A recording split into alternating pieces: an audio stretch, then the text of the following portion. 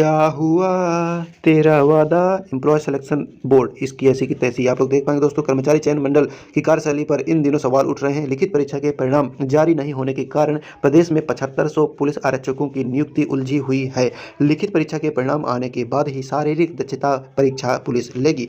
परीक्षा में 4 से 5 माह लग जाएंगे। इसके बाद लिखित परीक्षा और शारीरिक दक्षता परीक्षा के अंकों को जोड़कर प्रवीण सूची तैयार की जाएगी। इसमें भी लगभग 2 माह लगेंगे। यानी कि दोस्तों, आपको यदि रिजल्ट आप लोगों का अप्रैल में आता है, मार्च में आता है, तो आप लोगों को तकरीबन 2 महीने का इसके बाद भी इंतजार करना पड़ेगा फाइनल मेरिट लिस्ट के लिए। जी हाँ दोस्तों, बिल्कुल। तो जब तक पुलिस आरक्षक भर्ती परीक्षा के परिणाम जारी नहीं होते, 600 उप निरीक्षक यानी कि 600 एसआई पदों की भर्ती आनी थी, तो वो भी आप लोगों की भर्ती नहीं आएगी। जी हाँ दोस्तों, नहीं आएगी, क्योंकि ईएसबी जब तक पिछले जितने भी एग्जाम हुए थे उन सभी के परीक्षा परिणाम को जारी नहीं कर देता, तब तक किसी भी प्रकार की नई और आगामी भर्तियों का नोटिफिकेशन वगैरह जारी नहीं कर सकता। तो जैसा कि दोस्तों आप सभी को पता होगा कि लोकसभा के चुनाव हैं आगामी कुछ महीनों में, तो कुछ महीने से पहले यानी कि चुनाव से जस्ट पहले ही आप लोगों को पता होगा कि आचार संहिता लग जाएगी। तो आचार संहिता लग जाने के बाद आप लोग समझ सकते हो कि किसी भी प्रकार का ना रिजल्ट आएगा, ना ही आगामी नई भर्तियों के नोटिफिकेशन जारी किए जाएंगे। तो यानी कि सब इंस्पेक्टर के पदों पर 500 से 600 पद की भर्ती होने वाली थी, परंतु वो भी आपका नहीं होगा। तो अब आप समझ सकते हैं कि